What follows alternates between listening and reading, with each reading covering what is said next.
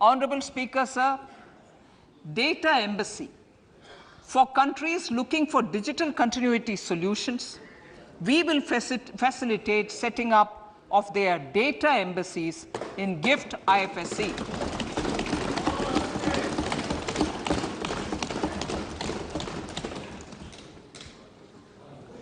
Improving governance and investor protection in banking sector. To improve bank governance and enhance investors' protection, certain amendments to the Banking Regulation Act, the Banking Companies Act, and the Reserve Bank of India Act are being proposed. Capacity building in securities market.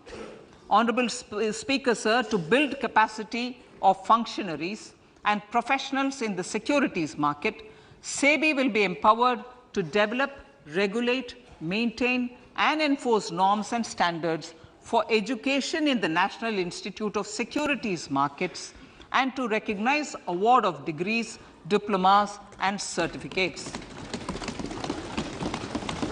A central processing center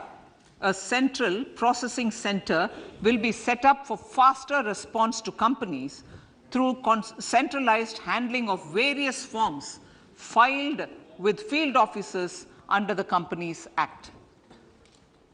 Reclaiming of shares and dividends. For investors to reclaim unclaimed shares and unpaid dividends from the Investor Education and Protection Fund Authority with ease, from the Investor Education and Protection Fund Authority with ease, an integrated IT portal will be established.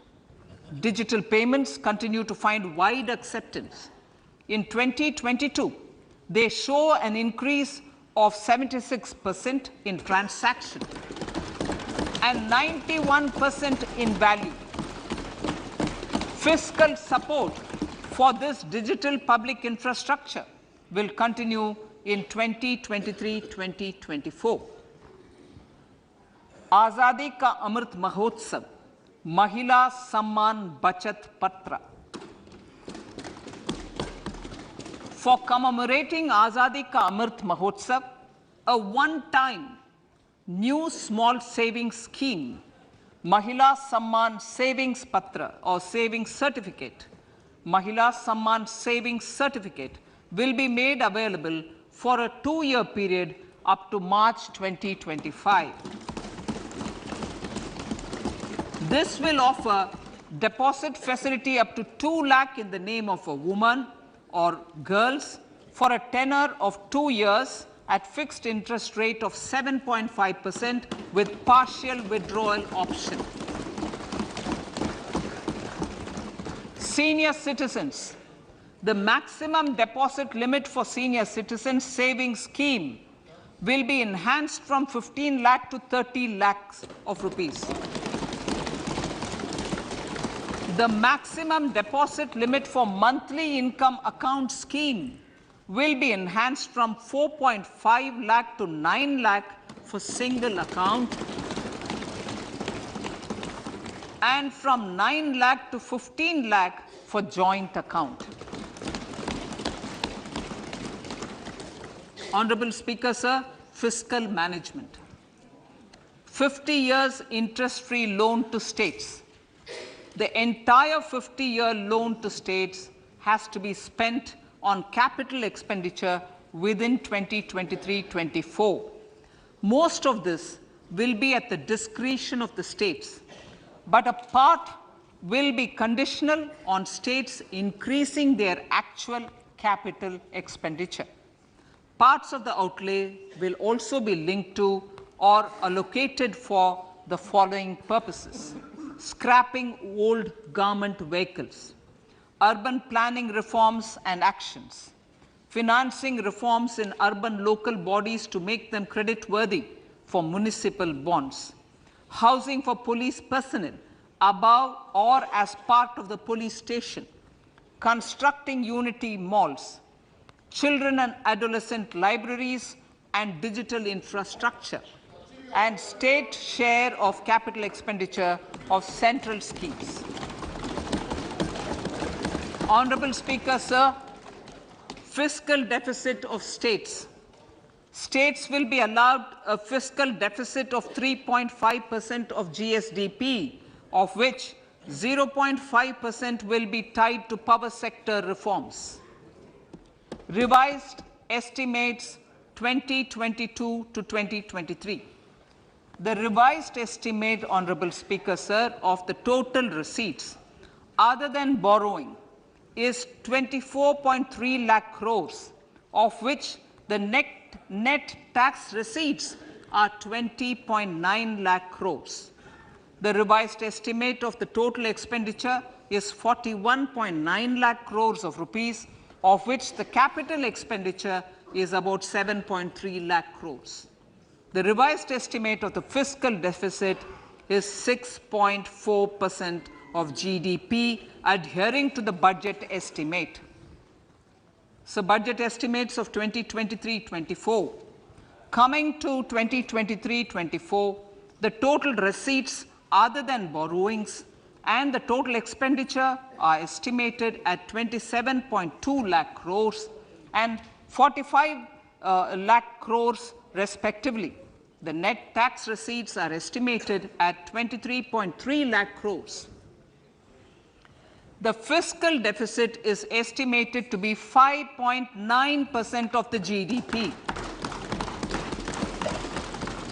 In my budget speech for 21-22, I had announced that we plan to continue the path of fiscal consolidation, reaching a fiscal deficit of below 4.5% by 2025-26, with a fairly steady decline over the period. We have adhered to this path, and I reiterate my intention to bring the fiscal deficit below 4.5% of GDP by 2025-26. To finance the fiscal deficit in 2023-24, the net market borrowings from dated securities are estimated at 11.8 lakh crores.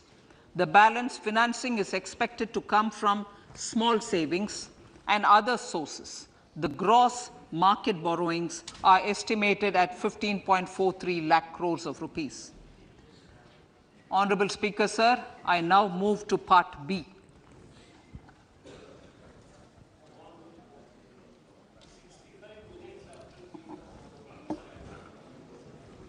Indirect taxes. My indirect tax proposals will aim to promote exports, boost domestic manufacturing, enhance domestic value addition, encourage green energy and mobility. A simplified tax structure with fewer tax rates helps in reducing compliance burden and improving tax administration. I propose to reduce the number of basic customs duty rates on goods other than textiles and agriculture from 21 to 13. As a result, there are minor changes in the basic custom duties, cesses and surcharges on some items including toys, bicycle, automobiles and naphtha. Green mobility. To avoid cascading of taxes on blended compressed natural gas, I propose to exempt excise duty on GST paid compressed biogas contained in it. To further provide impetus to green mobility, customs duty exemptions is being extended to import of capital goods and machinery required for manufacture of lithium-ion cells for batteries used in electrical vehicles as well. Electronics. As a result of various initiatives of the government, including phased manufacturing program, mobile phone production in India has increased from 5.8 crore units valued at about 18,900 crore in 2014-15 to 31 crore units valued at 2,75,000 crore in the last financial year. To further deepen domestic value addition in manufacturing of mobile phones, I propose to provide relief to customs duty. I propose to provide relief in customs duty on import of certain parts and inputs like camera lens and continue the concessional duty on lithium-ion cells for batteries for another year. Similarly, to promote value addition in manufacture of televisions, I propose to reduce the basic customs duty on parts of open cells of TV panels to 2.5%. Electrical, to rectify inversion of duty structure and encourage manufacturing of electric kitchen chimneys, the basic custom duty on electric kitchen chimney is being increased from 7.5% to 15%, and that on heat coils for these is proposed to be reduced from 20% to 15%. Chemicals and petrochemicals. Denatured ethyl alcohol is used in chemical industry. I propose to exempt basic customs duty on it. This will also support the ethanol blending program and facilitate an endeavor for energy transition. Basic customs duty is also being reduced on acid-grade fluorospar from 5% to 2.5% to make the domestic fluorochemicals industry competitive. Further, the basic customs duty on crude glycerin for use in manufacture of epichlorohydrin is proposed to be reduced from 7.5% to 2.5%.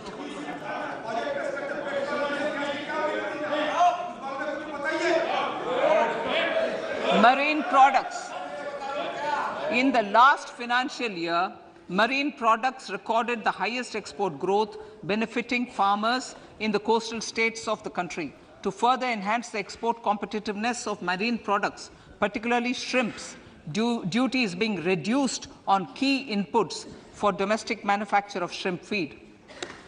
India is a global leader, as I said in Part A, in cutting and polishing of natural diamonds, contributing about 3/4 of the global turnover by value. With the depletion of deposits of natural diamonds, the industry is moving towards lab-grown diamonds, and it holds huge promise. To seize this opportunity, I propose to reduce the basic customs duty on seeds used in their manufacture. Customs duties on dore or doré and bars of gold and platinum were increased earlier this fiscal. I propose to increase the duties on articles made therefrom to enhance the duty differential. I also propose to increase the import duty on silver doors, bars, and articles to align them with that on gold and platinum. To facilitate availability of raw materials for the steel sector, exemptions from basic custom duty on raw materials for manufacture of CRGO steel, ferrous scrap, and nickel cathode is being continued. Similarly, the concessional BCD of 2.5% on copper scrap is also being continued to ensure the availability of raw materials for secondary copper producers who are mainly in the MSME sectors. Compounded rubber. The basic custom duty rate on compounded rubber is being increased from 10% to 25% or 30 kg, whichever is lower, at par with that of natural rubber other than latex, to curb circumvention of duty. Cigarettes.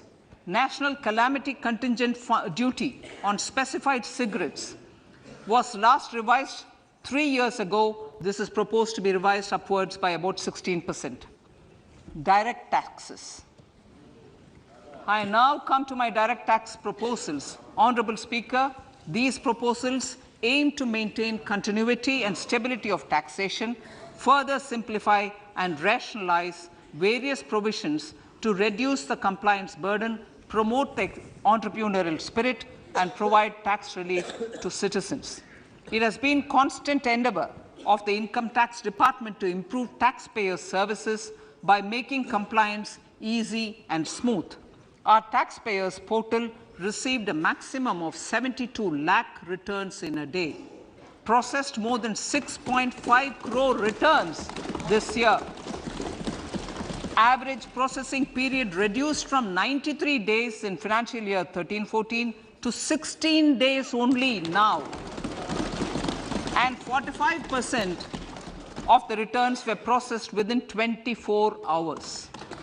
We intend to further improve this, roll out the next generation common IT return form for taxpayer convenience, and also plan to strengthen the grievance redressal mechanism. MSMEs and professionals. MSMEs are growth engines of our economy. Micro enterprises with turnover up to 2 crore of rupees and certain professionals with turnover of up to 50 lakh rupees can avail the benefit of presumptive taxation. I propose to provide enhanced limits of 3 crore and 75 lakh respectively to the taxpayers whose cash receipts are no more than 5%. Whose cash receipts are no more than 5%.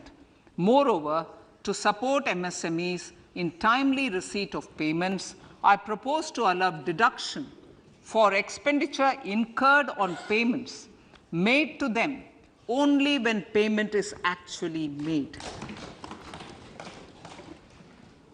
Cooperation. Cooperation is a value to be cherished. In realizing our Prime Minister's goal for Sehkar Se Samriddhi and his resolve to connect the spirit of cooperation with the spirit of Amrit Kal, in addition to the measures proposed in Part A, I have a slew of proposals for the cooperation sector. First, new cooperatives that commence manufacturing activities till 2024 31st March shall get the benefit of a lower tax rate of 15%, as is presently available to new manufacturing companies. Secondly, I propose to provide an opportunity to sugar cooperatives to claim payments made to sugarcane farmers for the period prior to the assessment year 2016-17 as expenditure. This is expected to provide them a relief of almost 10,000 crores. Thirdly, I am providing a higher limit of 2 lakh per member for cash deposits to loans in cash by primary agricultural cooperative societies and primary cooperative agriculture and rural development banks. I repeat that. Thirdly, I am providing a higher limit of 2 lakh per member for cash deposits to and loans in cash by primary agricultural cooperative societies and primary cooperative agricultural and rural development banks. Similarly, a higher limit of 3 crore for TDS on cash withdrawal is being provided to cooperative societies. Startups.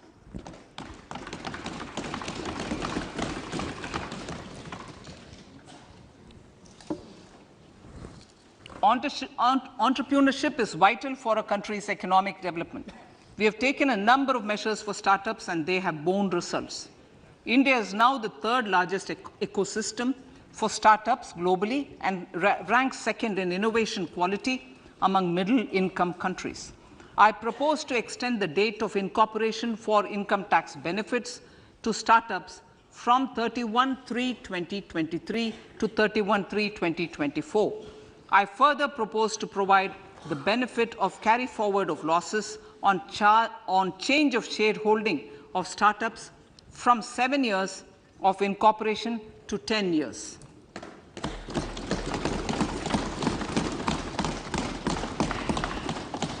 To reduce the pendency of appeals at commissioner level, I propose to deploy about 100 joint commissioners for disposal of small appeals. We shall also be more selective in taking up cases for scrutiny of returns already received this year.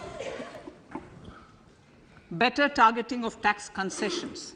For better targeting of tax concessions and exemptions, I propose to cap deduction from capital gains on investment in residential house under Section 54 and Section 54F to 10 crores. Another proposal with similar intent is to limit income tax exemption from proceeds of insurance policies with very high value. Rationalization. Honorable Speaker, sir, there are a number of proposals relating to rationalization and simplification.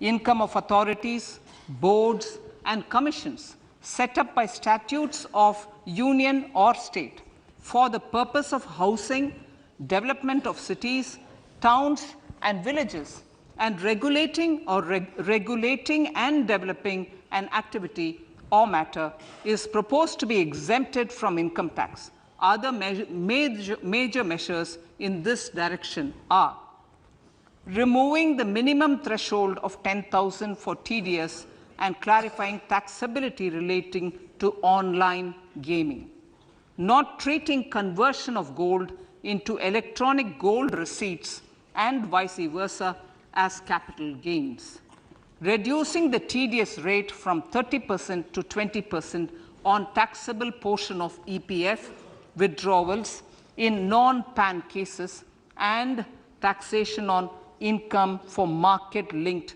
debentures. Other major proposals in the finance bill relate to the following: extension of period of tax benefits to funds relocating to IFSC, GIFT City till 31/3/2025, decriminalization under Section 276A of the Income Tax Act, allowing carry forward of losses on strategic disinvestment, including that of IDBI Bank, and providing EEE status to Agnivir Fund.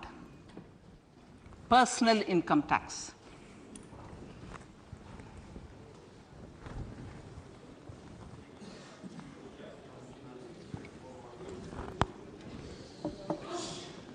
Now I come to what everyone is waiting for.